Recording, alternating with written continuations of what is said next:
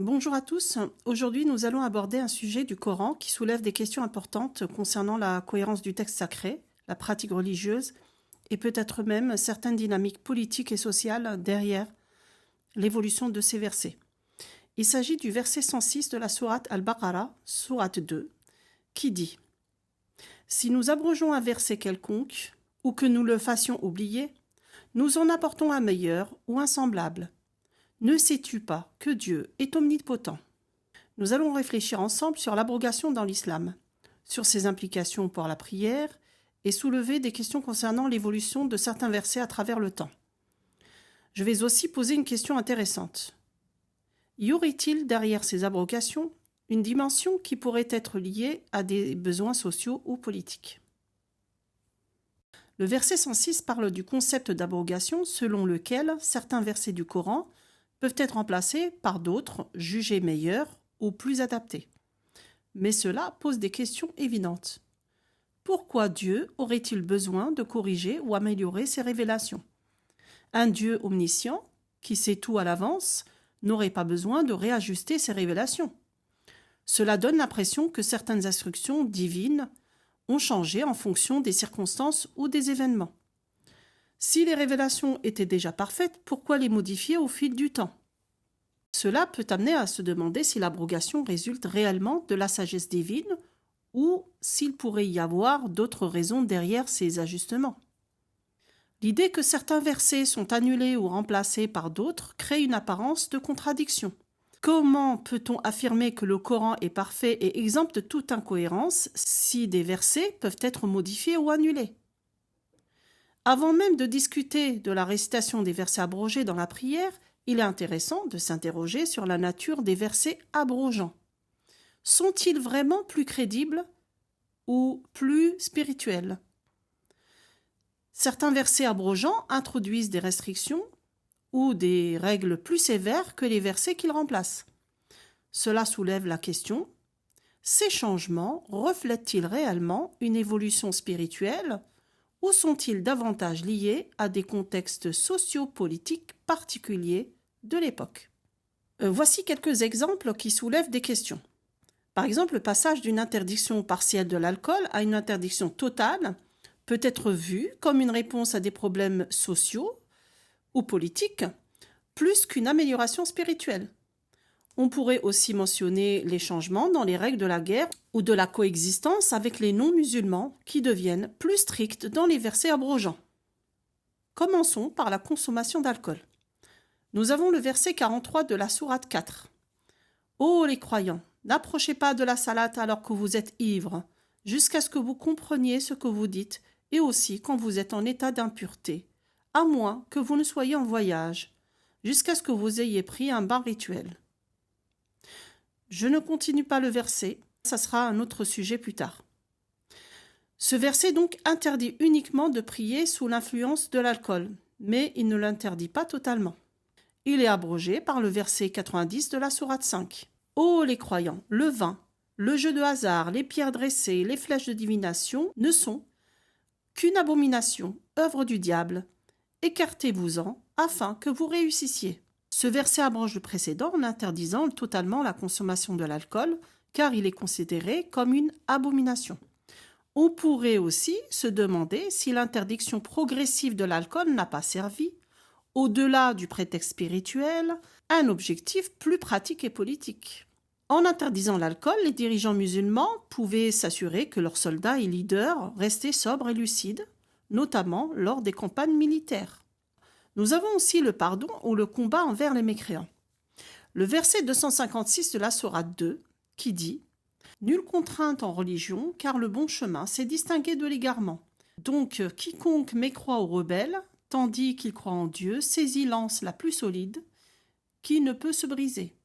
Et Dieu est audient et omniscient. » Ce verset prône la liberté religieuse et la tolérance, affirmant qu'il n'y a pas de contrainte pour accepter l'islam. C'est un verset souvent cité pour montrer l'aspect pacifique et tolérant de cette religion. Il est abrogé par le verset 5 de la sourate 9. Après que les mois sacrés expirent, tuez les associateurs où que vous les trouviez, capturez-les, assiégez-les et guettez-les dans toute embuscade. Si ensuite ils se repentent, accomplissent la salate et acquittent la zakat, alors laissez-leur la voie libre, car Dieu est pardonneur et miséricordieux. Ce verset, souvent qualifié de verset de l'épée, est perçu comme un appel au combat contre les polythéistes, annulant les appels à la paix du verset 2, 256. Ici, il est possible de voir un changement de ton lorsque la communauté musulmane a gagné en puissance, passant d'une position de faiblesse, où le compromis était nécessaire, à une position de force, où le combat est devenu la norme. Nous avons aussi le verset 61 de la sourate 8. « Et s'ils inclinent à la paix, incline vers celle-ci. Et place ta confiance en Dieu, car c'est lui l'audient, l'omniscient. » Ce verset appelle à la paix et au dialogue, suggérant que si les ennemis demandent la paix, les croyants doivent également répondre favorablement. Il reflète une approche plus pacifique et diplomatique dans les relations avec les non-musulmans. Il est abrogé par le verset 29 de la sourate 9. « Combattez ceux qui ne croient ni en Dieu ni au jour dernier, qui n'interdisent pas ce que Dieu et son messager ont interdit, et qui ne professent pas la religion de la vérité, parmi ceux qui ont reçu le livre, jusqu'à ce qu'ils versent la capitation par leurs propres mains, après s'être humiliés. » Ce verset est considéré par certains érudits comme abrogeant la tolérance exprimée dans le verset 8,61. Les musulmans ne seraient plus tenus d'accepter les offres de paix de la part des ennemis. Donc Allah incite à combattre les non-musulmans jusqu'à ce qu'ils se soumettent en payant la capitation, la jizya en arabe. Cela reflète une phase où la communauté musulmane est passée d'une position de tolérance à une phase de conquête et de domination, ce qui peut être perçu comme un tournant lié à l'affirmation politique de l'islam en tant qu'autorité dominante. Nous avons aussi le verset 63 de la sourate 4. « Voilà ceux dont Dieu sait ce qu'ils ont dans leur cœur. Ne leur tiens donc pas rigueur, exhorte-les et dis-leur sur eux-mêmes des paroles convaincantes. » Il est abrogé par le verset 73 de la sourate 9. « Ô prophète, lutte contre les mécréants et les hypocrites, et sois rude avec eux. L'enfer sera leur refuge, et quelle mauvaise destination. » Je pourrais vous donner encore d'autres exemples de versets abrogés et abrogeants, mais la vidéo serait trop longue. À ce stade, il est légitime de poser une question délicate mais importante. Est-il possible que certains versets aient été modifiés ou abrogés pour répondre à des besoins politiques ou sociaux? En prenant tout cela en considération, il devient encore plus difficile de justifier l'usage de versets abrogés dans les prières. Comment continuer à réciter des versets abrogés dans les prières si ces mêmes versets ont été jugés obsolètes ou inefficaces, que ce soit pour des raisons spirituelles ou pour des raisons plus contextuelles?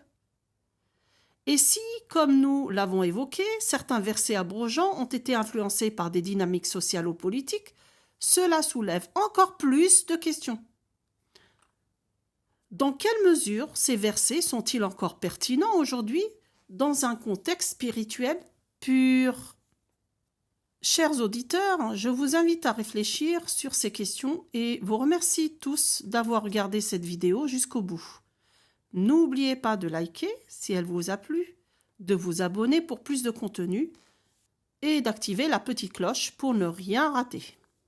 Merci encore pour votre soutien et à très bientôt.